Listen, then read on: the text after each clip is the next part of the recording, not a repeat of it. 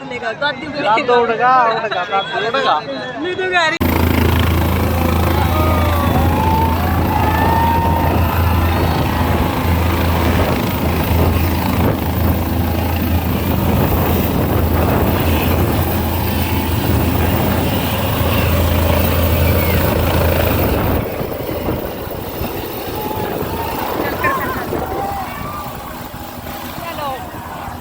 Helicopter में दुल्हन आई है, बिना दहेज की है, क्या कहना चाहेंगे? समाज के अन्य लोगों को भी क्या संदेश देंगे?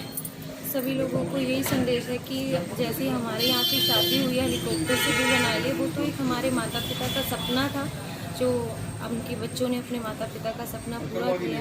लेकिन जो एक दहेज प्रथा का सिस्टम है कि लोग दहेज लेके शादियाँ करते हैं, इतना कैश लेते हैं, गाड़ियाँ, ज्वेलरी, उस सब को पीछे छोड़ के हमें आने वाले समाज को ये दिखाना है कि हमें इन सब चीज़ों को पीछे छोड़ना है और एक ऐसे समाज को बनाना है जहाँ पे लड़कियों को सिर्फ सम्मान मिले, उन्हें उचित दर्जा मिले, जो हक वो डिज़र्व करती हैं वो डिज़र्व मिले, उन्हें हक मिले। जैसे वो ससुराल में आती हैं तो उन्हें एक बहू की जगह बेटी का दर्जा मिले, ना कि वो दहेज के सामान से या फिर पैसों से, कैश से उनकी तुलना की जाए।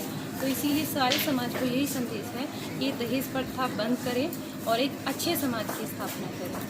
देखो जी, ये जो परंपरा दहेज की अपने समाज के अंदर है वो ख़त्म हो, उसके लिए इन्होंने सैनी परिवार ने प्रयास किया है।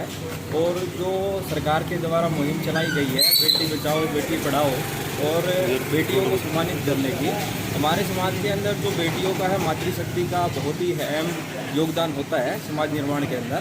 तो ये जो सरकार की मुहिम है इसको मजबूत करते हुए इन्होंने बिना दहेज के अपनी शादी की है बेटे की, और सैनी परिवार ने बहू को लेके आए हैं हेलीकॉप्टर से, यानी कि एक तरीके से कि अपनी तरफ से बहू को पूरे सम्मान के साथ, भव्य स्वागत के साथ अपने परिवार में इनका स्वागत किया है। क्या नाम आपका? मेरा नाम विकास है। Thank you. आप कुछ कहना चाहेंगे और लोगों को? सोचा नहीं था कभी ऐसे भी होगा मेरी लाइफ में। तो अब जैसे इन्होंने किया है तो आपको कैसा लग रहा है? अच्छा लगा बहुत कि कुछ संदेश देना चाहेंगे अन्य लड़कियों को या और लड़कों को, युवाओं को?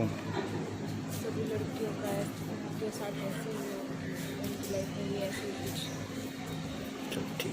हाँ सर, बताएं थोड़ा सा इसके पीछे क्या वजह रही? इसके पीछे सर दो वजह थे। एक तो हेलीकॉप्टर में मेरी माताजी की इच्छा थी कि उनकी बहू हेलीकॉप्टर में उनका लड़का लेके जाए और बहू को हेलीकॉप्टर में लेके आए। और दूसरी पिताजी की इच्छा थी कि बिना दहेज के एक भी रुपये लिए, 1 रुपये में सगाई हुई, शादी हुई। पिताजी पार्षद है, पूर्व पार्षद, हमारी भाभी जी भी कोमल सैनी पार्षद है वार्ड नंबर 11 से अभी मौजूदा। तो इन सब की इच्छाएं थी इस तरह की कि भाई बेटी बचाओ बेटी पढ़ाओ सरकार का अभियान है, उसके तहत कि बिना दहेज के।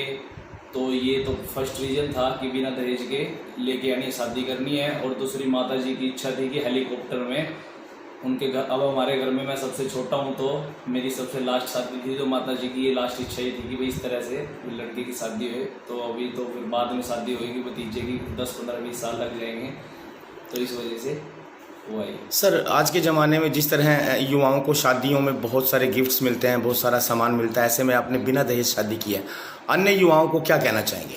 अन्य युवाओं को यही कहना चाहूँगा कि माता पिता की जो इच्छा होती है, जैसे हमारे पिताजी की इच्छा थी कि बिना दहेज के, घर वालों की भी ऐसी इच्छा थी। पहले भी मेरे 2 भाइयों की शादियाँ हुई हैं बड़ों की, पिताजी ने उनमें भी कोई दहेज नहीं लिया, वो भी बिना दहेज के ही शादी संपन्न हुई थी। उसी तरह से मैं यही मैसेज देना चाहता हूँ सभी भाइयों को मेरे और पूरे समाज को, जो सब आप लोगों की भी न्यूज़ के माध्यम से पहुँचेगी, जहाँ जहाँ भी मेरा संदेश कि भाई सब बिना दहेज के शादी करो। इससे एक समाज में पॉजिटिव मैसेज जाता है और लड़की वालों के ऊपर भी इसका कोई प्रेशर नहीं पड़ता, जिससे उनके परिवार पे भी आर्थिक बोझ भी नहीं पड़ेगा और फाइनेंशियल प्रॉब्लम भी नहीं होगी। इससे कई बार परिवार में बहुत ज़्यादा दबाव होने से लड़की के परिवार को बहुत दहेज में फाइनेंशियल मदद लेनी पड़ती है, लोगों से कर्ज उठा लेने पड़ते हैं, तो उन सब चीज़ों से निजात मिलती है। इसलिए बिना दहेज के शादी करो। और सरकार को भी प्रोत्साहन करती है सरकार तो गरीब कन्याओं के लिए भी। तो यही एक मैसेज है मेरा।